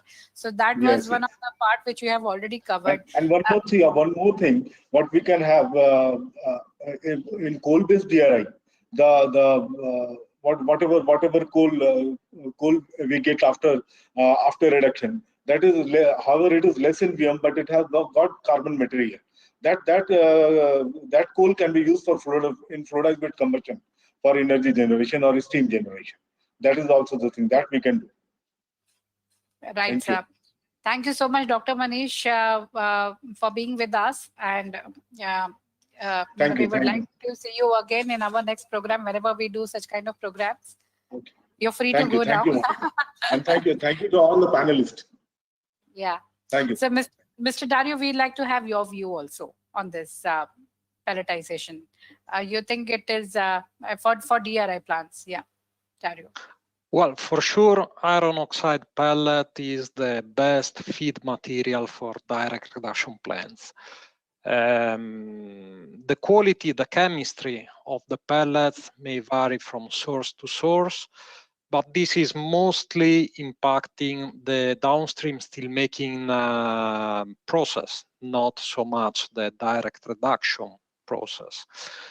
So depending on the chemistry, there can be possible optimization on the steelmaking phase. On the direct reduction phase, instead, the most important parameters are the mechanical strengths in order to minimize the fine generation. And then, of course, all the different direct reduction technologies have some differences on how they treat this pellet, and so can have different requirements on its quality. But all in all, the different technologies are quite aligned. Let's say that I will speak about Energiron, the Energiron technology, because it's the one under which we have technology control. It's very flexible in accepting a wide variety of qualities of iron oxide pellets with no limitations on the sulfur content, for example, whilst for other technologies, for other direct reduction technologies, the sulfur content in the pellet could be a limitation, not to poison the catalyst required to the reforming reactions of the gases. For the Energiron technology, this is not a limitation. And then, of course, there is the characteristic of the pellet have an impact on the yield of the plants. Also, in this case, operating at higher pressure, Energiron allows a reduction in the consumption in the iron oxide pellet, because thanks to the higher pressure, the velocities of the gas through the reactor can be minimized, and therefore we can accept as a feeding material also smaller dimension of pellets, which for other application maybe could be classified as undersized and therefore rejected. With the Dario, Energiron, I'd like to ask Yep. you one more thing regarding the technologies for waste treatment from the DRI plant. Dr. Manish has already highlighted that the waste, we can use it in sinter plants just now. And how do you see, as in, what is the other way we can use waste of DRI, technologies for waste treatment? Yeah. Well, despite the fact that the Energiron technology is designed to minimize the wastes, there are different ways to reutilize iron oxide and DRI fines, and also sludge. Of course, in India, I see the opportunity to recycle in pelletizing plants as first.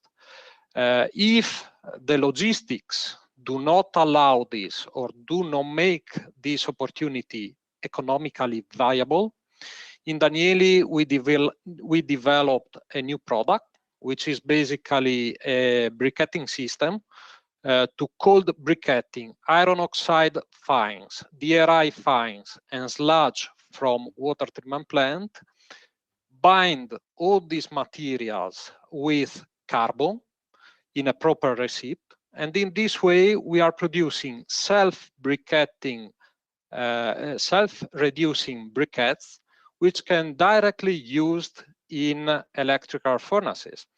This will allow you to keep more or less the same tap-to-tap time in the electrical furnace with the same energy inputs, allowing a higher yield, iron yield throughout the direct reduction plus steel making process.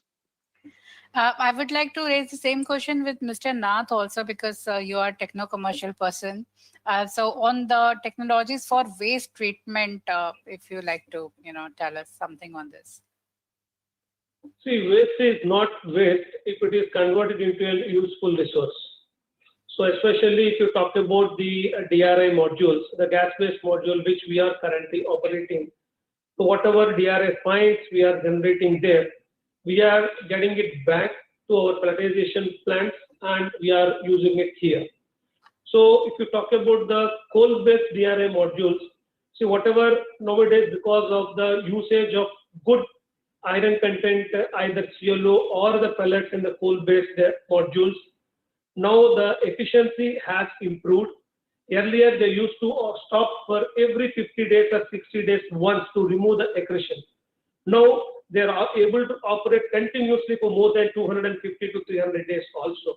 That way waste itself was reduced, number one, by improving the feed material quality and consistency in the feed material.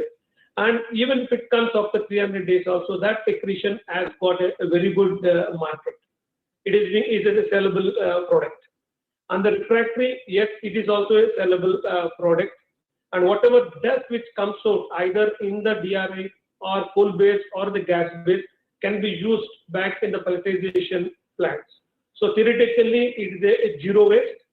What you call it, the processes, both DRI, gas based, and the coal based modules. Right, sir. So I will take one more technical question and then we will do 10 minutes of audience Q&A and then we will end the session. So this is the last technical question which I'm raising. Where are we currently on carbon capture technologies and on the basis of number of plants using it, and what is the roadmap going ahead? We'll start with Dr. Saikat. Yeah, sure. So in terms of maturity, CO2 capture technology has been there for a very long time. They are commercially proven to work successfully at industrial scales for over 50 years. There are numerous examples of successful CO2 capture and utilization projects from industries such as gas processing, iron and steel, gasification, chemicals and petrochemicals in countries like USA, Canada, Australia, China, Middle East, and the European Union countries. There are a few examples in the iron and steel industry as well. And I think Dario knows this very well. One of the industrial scale projects is the Al Riyadh CCUS project from Emirates Steel Industries, which is a steel plant in the UAE. And over 4 million tons of CO2 have been captured since 2016 from this DRI facility. And the captured CO2 is used for enhanced oil recovery in the ADNOC oil fields, which are located about 40-50 kilometers from the plant. In CGP-based DRI making, the CGP as well as the DR plants are the two sources of carbon capture. And one major advantage of both the CGP, which is the coal gasification plant, and the DRI unit is the inherent nature of CO2 capture because of the existing acid gas removal units. So there is no additional cost required to capture the emitted carbon dioxide from this process. So this can give the CGP DRI pathway a significant advantage when compared to the BF-BOF route, where CO2 capture would easily lead to anywhere between $40 to $70 per ton of CO2. Dario, what is your view on carbon capture? Where are we? What do you think? Well, as Mr. Chatterjee is saying, this is not a new technology. This is something really proven, consolidated. For example, it's more than 30 years that our Energiron process scheme includes a CO2 absorption system within the basic process scheme of our plant. So thanks to this feature, we are capable of selectively remove up to 60% of the CO2 which is produced by the reduction of iron oxides. And just in comparison, in this way, if you compare the CO2 footprint of an Energiron plant plus the electrical furnace, and you compare it with a blast furnace with BOF, you can reduce the CO2 footprint by up to 70% using natural gas or syngas from coal gasification. So it's a huge advantage. And this is not something possible on the paper. This is something we are doing since many, many years ago. We have a lot of references all around the world of Energiron plants which are selling the CO2 selectively removed to secondary industries. These industries can be the food and beverages industries to produce soda, for example. Or in India, the CO2 is used to produce the dry ice. Enhanced oil recovery is another very important application. Production of construction conglomerates. So again, the technology is there. It's something that can be easily done with our process at zero cost. It's just a matter to find the local ways to use the removed CO2. Right. Thank you, Mr. Dario. Now moving on, we will have, since the time is already going up, only 5 minutes Q&A, audience Q&A we will take. Before that, I'm raising one more poll question. Audience, the question is on your screen. The question is, which one would you prefer in your DRI EAF plants? Is it natural gas or coal gas? Please vote. The question is, which one would you prefer in your DRI and EAF plant? Natural gas or coal gas? And people watching on YouTube, please post your answers in the comment section. Which one would you like to prefer in your DRI EAF plant, natural gas or coal gas? Do we had a lot of deliberations on coal gas and natural gas today? We have the results now. Results on your screen. 51% want to prefer natural gas, provided it is available, and 49% feels coal gas. So more or less the ratio is going same, 51% natural gas and 49% coal gas. So I'm taking the first question of the day.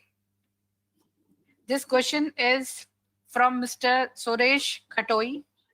His question is to Mr. Dario. By using composite briquette ore fines plus carbon, can be directly charged to arc furnace or liquid metal? Is it used anywhere commercially? Yes, it is used. As I was saying, we recently developed this technology, and the way we developed is by means not only of calculation and simulation, but also we tested this new technology in the steelmaking plant, which belongs to the Danieli group, which is ABS here in Italy, northern Italy. So the efficiency of this system and the economical benefits that this system to recover the fines is proven industrially at our steelmaking division. Okay. And yes, the briquettes are directly charged to the electrical furnaces in between one heat and the following one. So Mr. Suresh has another question, which is open house question. His question is, with syngas producing DRI, are we able to eliminate CO2 emission? So, you know, you all can answer one by one. With syngas producing DRI, are we able to eliminate CO2 emission? Dr. Saikat? Yeah, it's an interesting question. So I think in the coal gasification process, when we gasify coal, the products that are generated are mainly carbon monoxide, hydrogen, and carbon dioxide. And if it is an air-blown process, you'll have nitrogen. So CO2 is indeed there. But as I had mentioned, one of the inherent characteristics of this process is presence of an acid gas removal unit, which removes the CO2 and sulfur content from the gas. So essentially, you do capture CO2 and sulfur from the gas and allow the energy-rich components like CO and H2 to pass on, right? So, for example, we are very well aware of the JSPL plant where they are doing coal gasification. So they also have an acid gas removal unit, which does capture CO2, but I think essentially it is released into the atmosphere. So what we need to do is to capture that CO2. So first step is separation, and then is utilization or storage. So it is separated, but if we can utilize it or store it under the ground, that is how we will be able to remove CO2 from the atmosphere. Okay. Anyone else like to comment on this? Okay, we are moving to the next question. I agree, and I would like just to add the fact that this system can be also integrated between the coal gasification technology and the direct reduction technology, because finally the way to selectively remove is similar and can be integrated, at least in our case. Then, of course, to be able doing this, you must need the gas at certain conditions, because the efficiency of the CO2 removal system is promoted higher the pressure of the gas and lower the temperature. So it's a point to get the best technology asset in order to include this additional system. Right. So we have this question from Anup Das. He's asking, what is good for electric arc furnace? Is it ore-based DRI or pellet-based DRI, Mr. Nath? Sir, mic is on mute. Sorry. Can you repeat, please? Yeah, the question is, what is good for electric arc furnace? Is it ore-based DRI or pellet-based DRI? It's always pellet-based DRI. Okay.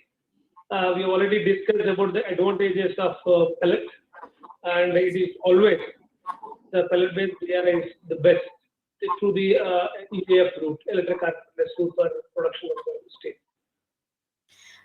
Rao sir, you agree on Mr. Nath, or you have any other point to make?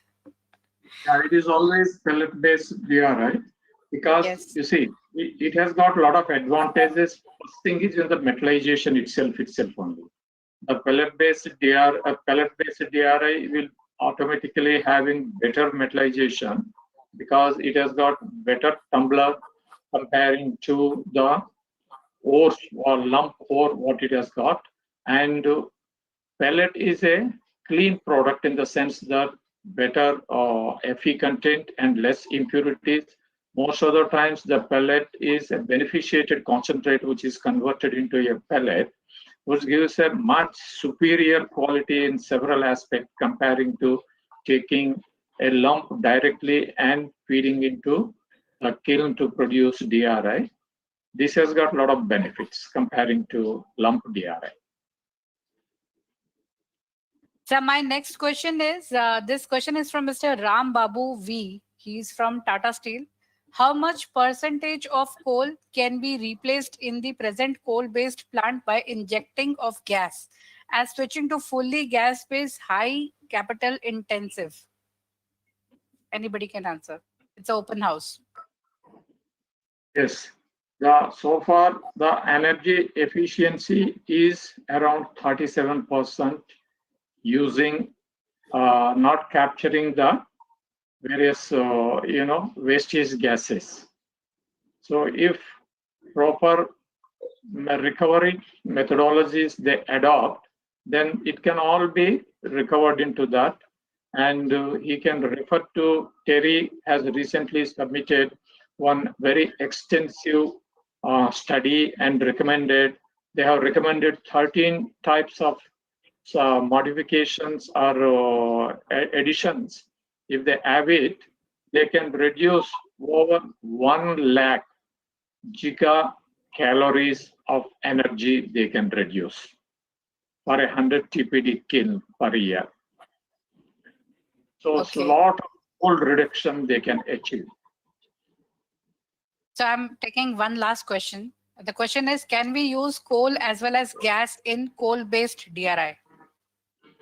Yes, both are feasible and it can be done both. Okay. So with this, I'm ending the session. Just give me a moment.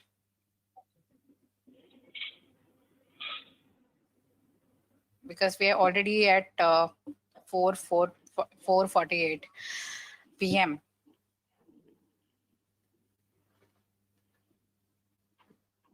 So viewers, with this, I would like to end the session. And first, I will start, I would like to thank our expert panelists, starting from Mr. Parmjeet Singh, Additional Industrial Advisor, Technical Division, Ministry of Steel, Mr. V.R. Sharma, Managing Director, JSPL, Dr. Manish Kumar, Senior Principal Scientist and Head, Coal Carbonization Research Group, CSIR, Mr. N.D. Rao, President, Pipeline Projects, Amalgam Steel, Dr. Saikat Chatterjee, Principal Consultant and HOD, Energy Efficiency and Process Design at M.N. Dastur and Company, Mr. Ravindranath, ED, Vizag Asset, ArcelorMittal Nippon Steel, India, Dr. Dario, Pauluzzi, Senior Manager, Sales, Danieli, Centro, Metallica. I would like to thank our sponsors, Janki Corp Limited and Jindal Steel and Power Limited.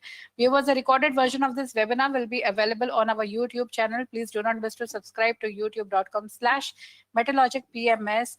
Also, do not miss to subscribe to mymetalogic.com. The recorded version of this program as well as a report will be available by next week on mymetalogic.com. With this, I would like to thank you all. Thank you so much. Have a nice day. And we will meet soon again. Thank you. Thank you. Thank you, everyone. Thank you. Thank you. Bye. As a building block in the self-reliant India story, JSPL succeeds when India grows.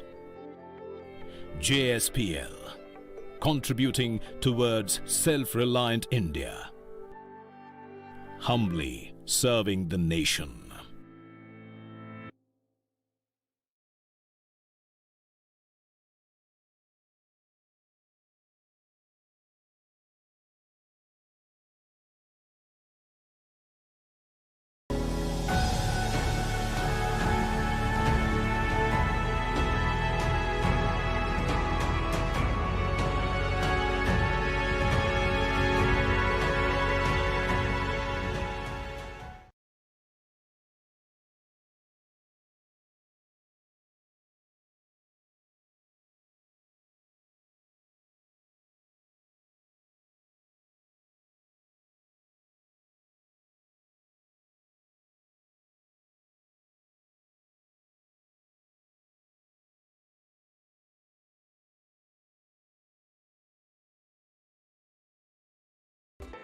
As a building block in the self-reliant India story, JSPL succeeds when India grows.